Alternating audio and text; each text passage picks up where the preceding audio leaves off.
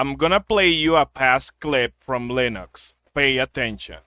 I don't want to be judgy, but I'm personally kind of opposed to the private air travel industry. I don't think it sends a good message. I don't think it's particularly helpful. There's a lot of things about it that make me kind of uncomfortable, and I get that this is something that people either don't believe or don't want to hear or whatever else, but I don't actually like feeling separated. I don't know. It's not something that I'm particularly comfortable with, and I've sprung for some I don't like it. Like economy plus seats before.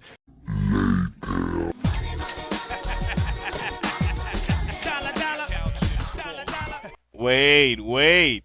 Let the boy talk, okay? I'm gonna let him talk and explain. We actually bought a jet. What started as a meme on WAN show when I discovered that a jet-propelled aircraft is not as expensive as I initially thought.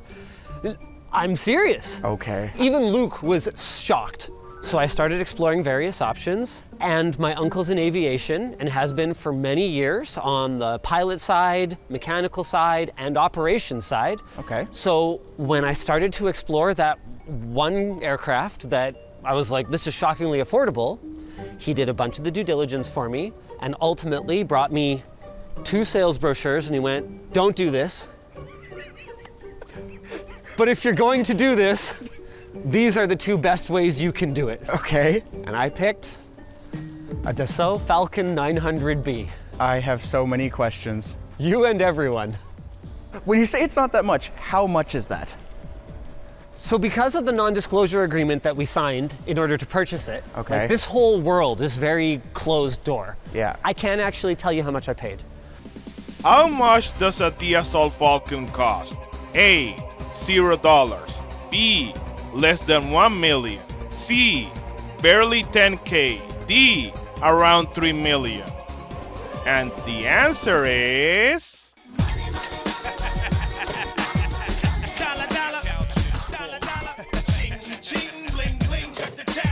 But what I can tell you is that if you Google it, it's less than that. And the second thing that I can tell you is that with a little bit of girl math, $0.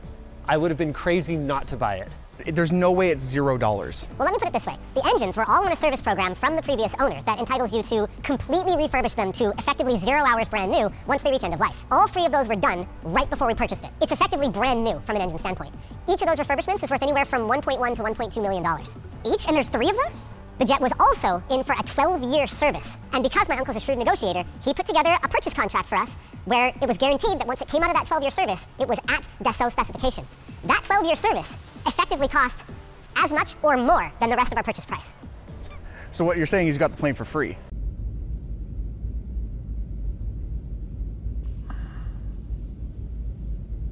So allow me to translate. His dad knew a guy that knew a guy. And the plane eventually ended up costing way less, while being brand new, allegedly. So what I'm picturing is that he paid around 2 millions, probably 2.5, 3 millions max for the plane. Which, by the way, isn't free. And I know that you were very opposed to the jet in the lead up to this. I was very vocal against it. But the way that the math works, it's a little bit of cash flow tied up, but we're not actually spending any money, which is so cool. Do you want to see it? I want to see the whole thing. Well, you're going to have to wait for the segue to our sponsor. We're not spending any money because you already spent it, you stupid idiot. Holy crap. These people are gaslighting experts. Oh, wait, they're not. They're stupid. And if you believe, again, that he spent no money, he just told you that he bought a plane. Translation, again, he bought it and now he owns it. Therefore, it's free, guys. It's free.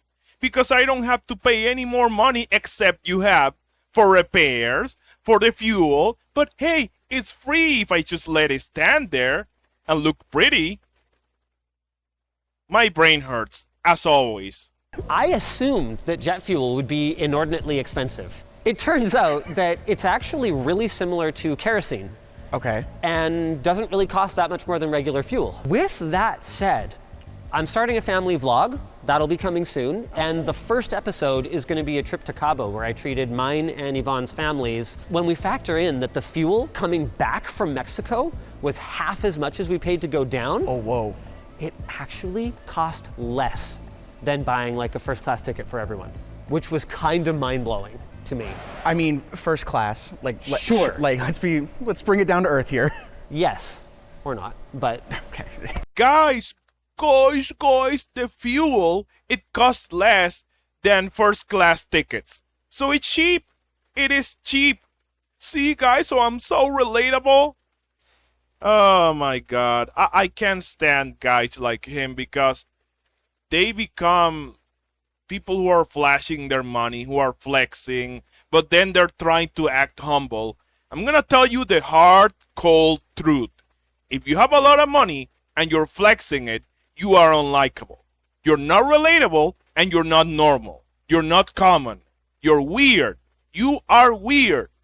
Rich people and millionaires are not liked by the common people who are working hard, who are trying to survive, who are struggling. And if this guy wasn't so disingenuous and, oh, well, it's free, I paid $0, blah, blah, blah, blah, blah, with the lies and the gaslighting, I would be like, okay, he's flexing his cash. But he's a hypocrite and he's a liar. And I can't stand those. Game over.